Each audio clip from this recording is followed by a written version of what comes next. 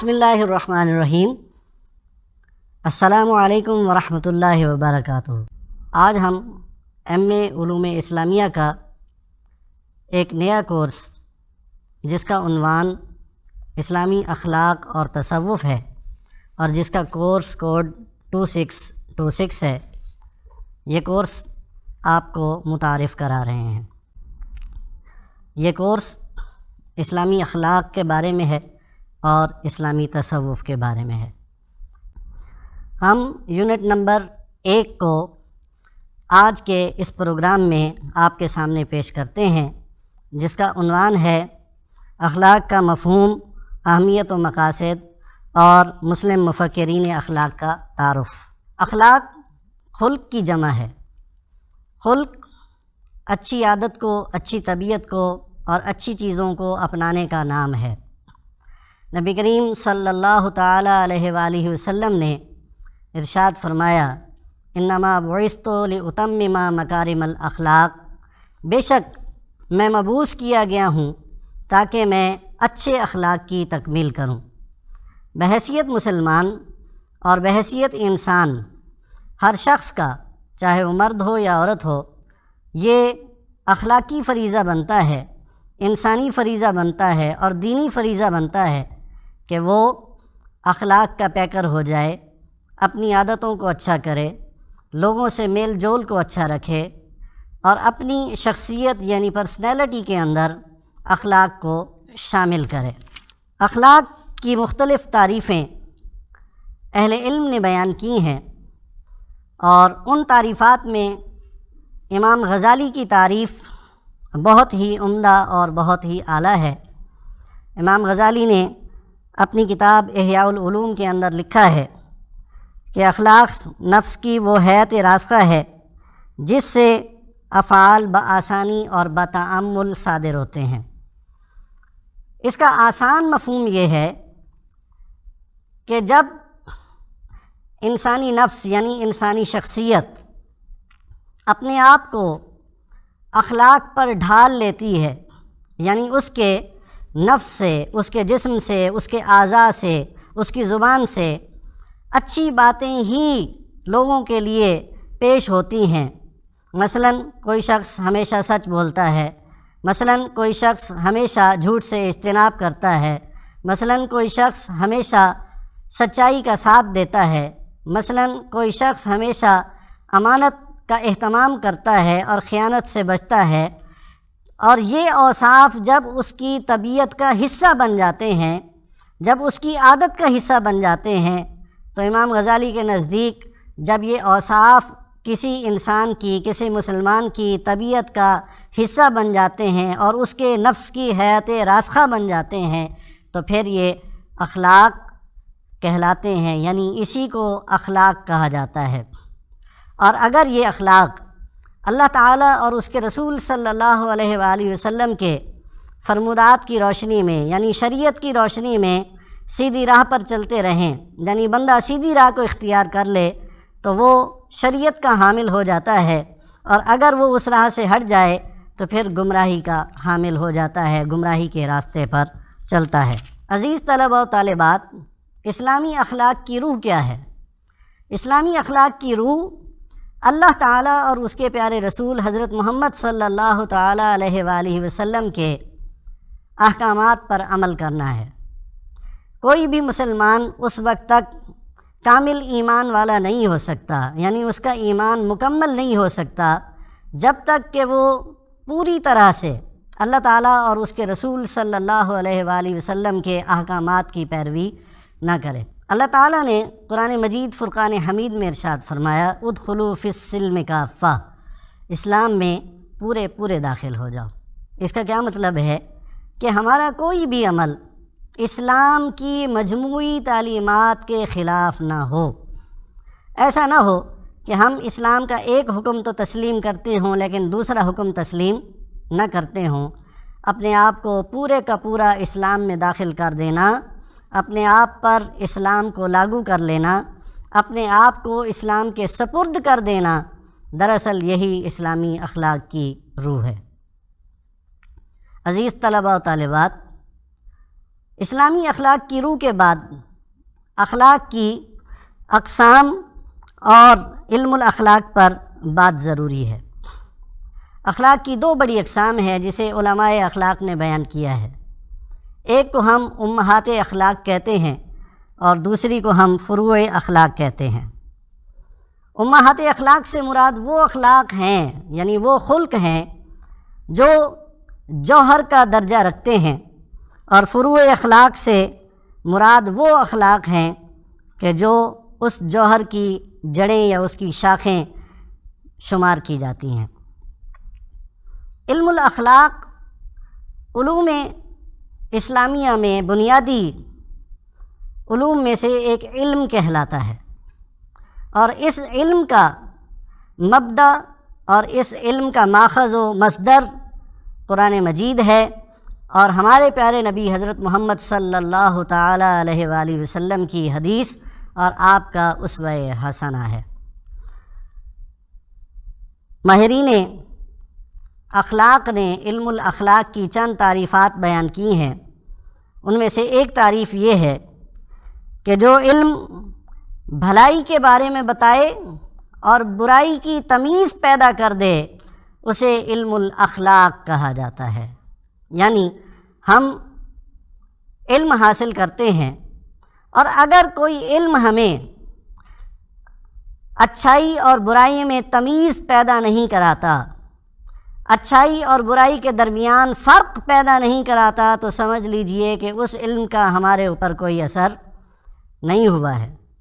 چنانچہ علم الاخلاق کی بنیادی تعریف یہ ہے کہ یہ ایسا علم ہے کہ جو انسان کے اندر اور بالخصوص مسلمان کے اندر اچھائی اور برائی کی تمیز کو پیدا کرتا ہے، لوگوں کو اپنے اعمال درست کرنے کی صلاح دیتا ہے، مشورہ دیتا ہے، راہ دکھاتا ہے، اور لوگوں کو دوسرے لوگوں کے لیے کار آمد بناتا ہے۔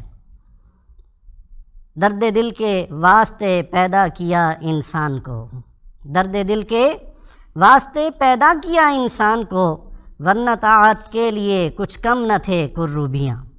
اللہ تعالیٰ نے انسان کو انسان کے لیے اسی لیے پیدا کیا کہ ایک انسان دوسرے انسان کے کام آئے، ایک انسان دوسرے انسان کا خیال کرے، ایک انسان دوسرے انسان سے محبت کرے، ورنہ اللہ تبارک و تعالیٰ کو اپنی اطاعت کے لیے، اپنی بندگی کے لیے، اپنی عبادت کے لیے فرشتوں کی کوئی کمی نہ پہلے تھی، نہ آج ہے، اور نہ قیامت تک، اور نہ ہی قیامت کے بعد ہوگی، اس لیے کہ اس کی تسبیح، اس کی تحلیل، اس کی حمد کرنے والے بے شمار فرشتے ہیں جو ہر لحظہ پیدا ہوتے رہتے ہیں، اور کوئی فرشتے سجدے میں اس کی تسبیح کرتے ہیں، کوئی رکوع میں تسبیح کرتے ہیں، کوئی قیام میں تسبیح کرتے ہیں، اور اللہ تبارک و تعالیٰ کو راضی کرنے کی ہمیشہ کوشش میں لگے رہتے ہیں۔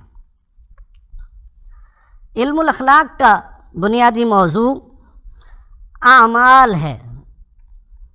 علم الاخلاق کا بنیادی موضوع اعمال، یعنی ہمارے سے جو بھی اعمال صادر ہوتے ہیں، جو بھی ہم کام کرتے ہیں، مثلا دیکھنا ایک عمل ہے، بولنا ایک عمل ہے، سننا ایک عمل ہے، پکڑنا ایک عمل ہے، کسی چیز کو چھو لینا ایک عمل ہے، سونگھ لینا ایک عمل ہے، چلنا ایک عمل ہے۔ یہ جو جتنے اعمال ہیں یہ علم الاخلاق کا موضوع ہیں۔ اب یہ اعمال دو طرح کے ہوتے ہیں، ایک کو ہم اختیاری عمل کہتے ہیں اور ایک کو ہم غیر اختیاری عمل کہتے ہیں۔ اختیاری عمل کیا ہوتا ہے؟ جس میں ہماری نیت کا پورا دخل شامل ہوتا ہے۔ ہم جو بات کرتے ہیں اگر وہ بات ہماری نیت کے مطابق ہے، ہم جو کام کرتے ہیں وہ کام ہماری نیت کے مطابق ہے، یعنی اس کے پیچھے وہ نیت اسی طرح سے موجود ہے، تو یہ ہمارا اختیاری عمل ہے۔ مثلا ہم اپنے آپ سے یہ عہد کر لیتے ہیں کہ ہم نے ہمیشہ سچ بولنا ہے، تو ہم جب بھی سچ بولیں گے اور سچ بولتے رہیں گے تو یہ ہمارا اختیاری عمل ہوگا کہ ہم نے اپنے اختیار سے سچ بولا ہے۔ اسی طرح اگر کوئی شخص یہ اپنے آپ میں طے کر لیتا ہے، اپنے ذہن میں، اپنے دل میں، کہ اس نے جھوٹ ہی بولنا ہے، تو جب بھی بولے گا ظاہر سی بات ہے کہ وہ جھوٹ بولے گا، اور اس کا وہ جھوٹ بولنا اس کا اختیاری عمل کہلائے گا۔ اس لیے علم الاخلاق اس بات کی دعوت دیتا ہے کہ انسان اپنے اختیاری عمل کو صراط مستقیم کی طرف رکھے، اس طرف رکھے جس طرف اللہ تعالیٰ اور اس کے پیارے رسول حضرت محمد صلی اللہ تعالیٰ علیہ وآلہ وسلم نے رہنمائی کی ہے اور جسے پسند کیا ہے۔ دوسرا غیر اختیاری عمل ہے۔ غیر اختیاری عمل کیا ہے؟ جس میں انسان کا اپنا کوئی اختیار نہیں ہے۔ مثلا کوئی آدمی چل رہا ہے اور اچانک اس کو دھکا لگتا ہے، وہ زمین پہ گر جاتا ہے، کسی کے ساتھ کوئی ایکسیڈنٹ یا حادثہ پیش آ جاتا ہے، یہ اختیاری عمل نہیں ہے، یہ غیر اختیاری عمل ہے، اس کے اختیار میں نہیں ہے۔ لیکن وہ اعمال جو انسان کے اختیار میں ہیں، یعنی ہم اگر دیکھیں تو اچھائی کے ساتھ دیکھیں، اگر ہم کوئی چیز سنیں تو اچھی چیز سنیں، اگر ہم کوئی چیز بولیں، اپنی زبان سے کوئی لفظ نکالیں، کوئی جملہ نکالیں، کسی سے بات کریں تو اچھی بات کریں، یہ ہمارا اختیاری عمل ہے، اور اس اختیاری عمل کو ہمیشہ ہمیشہ ہمیشہ صراط مستقیم کے اوپر ہونا چاہیے، اللہ اور اس کے پیارے رسول صلی اللہ علیہ وآلہ وسلم کی تعلیمات کے مطابق ہونا چاہیے۔ علم الاخلاق کے بہت سارے فوائد ہیں، جس کا سب سے پہلا فائدہ دنیا کے اندر ایک انسان کو یا مسلمان کو ہوتا ہے، وہ اچھائی اور برائی کی تمیز ہے۔ یعنی علم الاخلاق کا جاننے والا، جس شخص کو اخلاق کے بارے میں علم ہے، وہ حامل علم اخلاق اچھائی اور برائی میں فرق کرتا ہے، وہ گناہ اور نیکی میں فرق کرتا ہے، وہ اللہ تبارک و تعالیٰ کی فرما برداری کی طرف گامزن رہتا ہے، وہ لوگوں کے لیے رحمت کا باعث بنتا ہے، وہ لوگوں سے تکلیف کو دور کرتا ہے، اور وہ خود اپنے آپ سے بھی آفتوں، مصیبتوں اور تکلیفوں کو دور کرتا ہے، اس لیے کہ وہ صراط مستقیم پر چلنے والا ہے۔ عزیز طلباء و طالبات، اخلاق کی ضرورت و اہمیت معاشرے کے اندر کیا ہے؟ کیوں اخلاق کا یہ کورس پڑھایا جاتا ہے؟ کیوں اخلاق کے اوپر زور دیا جاتا ہے؟ کیوں نبی کریم صلی اللہ علیہ وآلہ وسلم نے ارشاد فرمایا کہ مجھے اعلیٰ اخلاق کی تکمیل کے لیے بھیجا گیا ہے؟ کیوں اللہ تبارک و تعالیٰ نے آپ صلی اللہ علیہ وآلہ وسلم کے لیے ارشاد فرمایا کان خلقہ القرآن وَإِنَّكَ لَعَلَىٰ خُلُقٍ عَظِيمٍ، بے شک اے پیارے نبی صلی اللہ علیہ وسلم آپ اخلاق کے اعلیٰ ترین منصب پر فائز ہیں۔ کیوں بی بی عائشہ رضی اللہ تعالی عنہا ارشاد فرماتی ہیں کہ نبی کریم صلی اللہ علیہ وآلہ وسلم کے اخلاق کو اگر کسی نے دیکھنا ہو تو وہ قرآن کا مطالعہ کر لے، اسے پتہ چل جائے گا کہ اللہ کے پیارے حبیب صلی اللہ علیہ وآلہ وسلم کے اخلاق کیا ہیں۔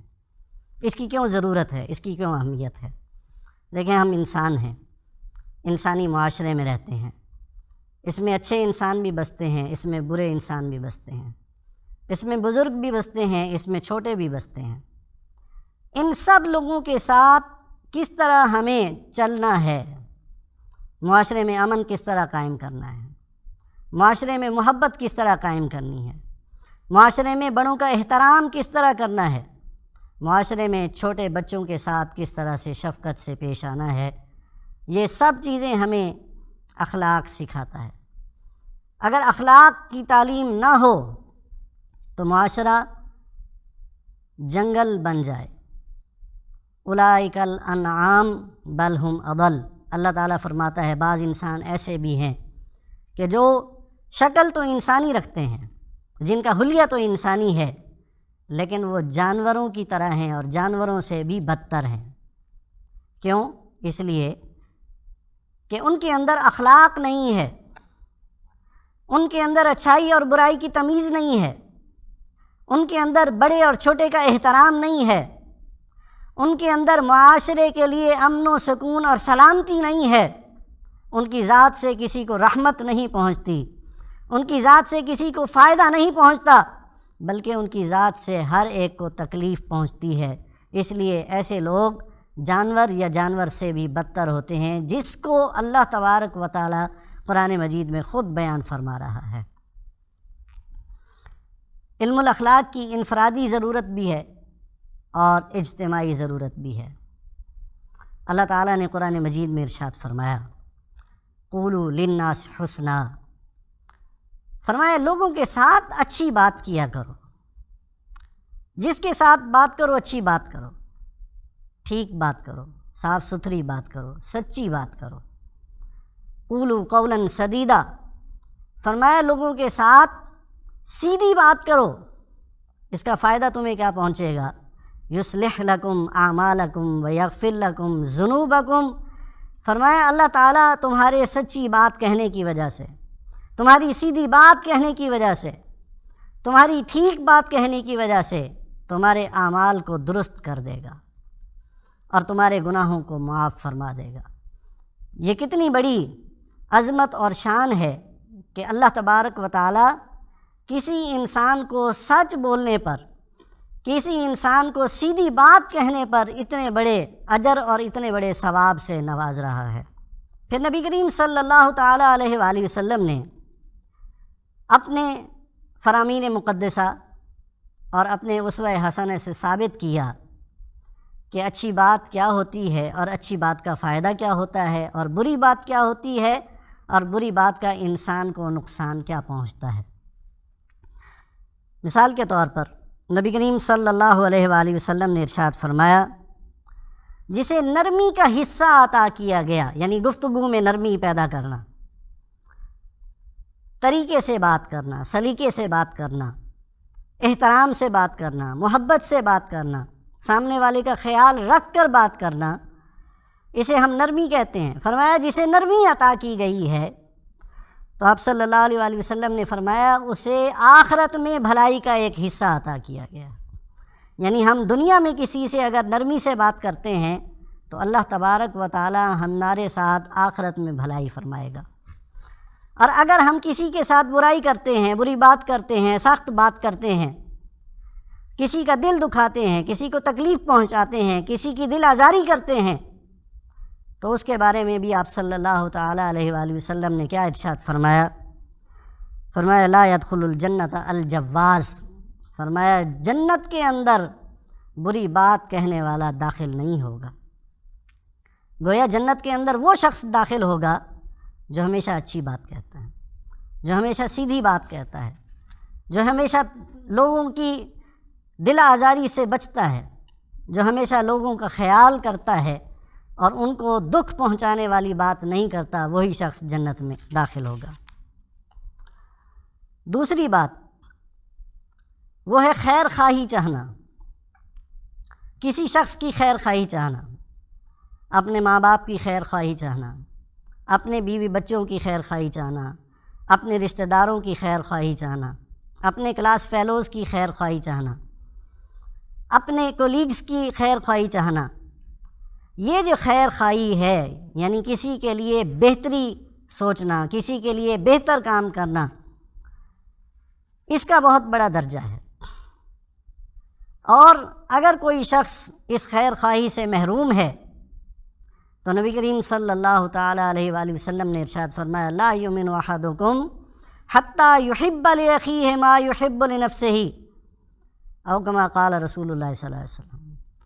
فرمایا وہ شخص کامل ایمان والا ہی نہیں ہو سکتا کہ جو اپنے بھائی کے لیے وہی کچھ پسند نہ کرے جو اپنے لیے پسند کرتا ہے۔ ظاہر ہے ہر بات، ہر انسان اپنے لیے اچھی سوچتا ہے، اپنی بھلائی چاہتا ہے، اپنی بہتری چاہتا ہے، اور اپنی بہتری کے لیے وہ کوشش کرتا رہتا ہے۔ تو اگر کوئی وہ دوسرے کے لیے بہتری نہیں چاہتا، دوسرے کے لیے اچھی سوچ نہیں رکھتا، دوسرے کی بھلائی نہیں چاہتا، تو وہ ایمان کی نعمت سے محروم ہے، اگرچہ وہ نمازیں بھی پڑھتا ہو، اگرچہ وہ زکوٰۃ بھی دیتا ہو، اور اگرچہ وہ بہت سارے کام کرتا ہو، لیکن چونکہ اس کا دل اور اس کی نیت لوگوں کی بھلائی والی نہیں ہے، لوگوں سے ساتھ بھلائی سے پیش نہیں آتا، لوگوں کے لیے اچھائی نہیں چاہتا، تو اس لیے اس کے ایمان کا بھی کوئی اعتبار نہیں ہے۔ تیسری بات، لوگوں کے لیے آسانیاں پیدا کرنا۔ اللہ تبارک و تعالیٰ نے ارشاد فرمایا یرید اللہ بکم الیسر ولا یرید بکم العسر، اللہ تمہارے لیے آسانی کا ارادہ کرتا ہے، اللہ تعالیٰ تمہارے لیے تکلیف کا ارادہ نہیں کرتا۔ نبی کریم صلی اللہ علیہ وآلہ وسلم نے فرمایا لوگوں دوسروں کو خوشخبریاں دو، انہیں نفرتیں نہ دلاؤ، اور ان کے لیے آسانیاں پیدا کرو، ان کے لیے تکلیفیں پیدا نہ کرو۔ اخلاق یہ تقاضا کرتا ہے کہ ہم دوسروں کو آسانیاں پہنچائیں، دوسروں کا خیال رکھیں، دوسروں کی مدد کریں، دوسروں کی ڈھارس بندھائیں، تاکہ معاشرے کے وہ لوگ جنہیں ہماری آسانیوں کی ضرورت ہے وہ ان آسانیوں سے مستفید ہو کر اپنے لیے بہتر زندگی کا سامان کر سکیں۔ وہ ہے مسلم مفکرین اخلاق کا تعارف۔ وہ لوگ جنہوں نے قرآن و سنت سے رہنمائی حاصل کر کے اللہ تبارک و تعالیٰ کے کلام اور نبی کریم صلی اللہ علیہ وآلہ وسلم کے کلام اور آپ کے اسوہ حسنہ سے رہنمائی حاصل کر کے علم الاخلاق کے اوپر کام کیا اور علم الاخلاق کے اوپر بہترین کتابیں تصنیف کیں، ان میں سے چند ہستیوں کا ذکر آج کے اس پروگرام میں آپ کے سامنے پیش کیا جاتا ہے۔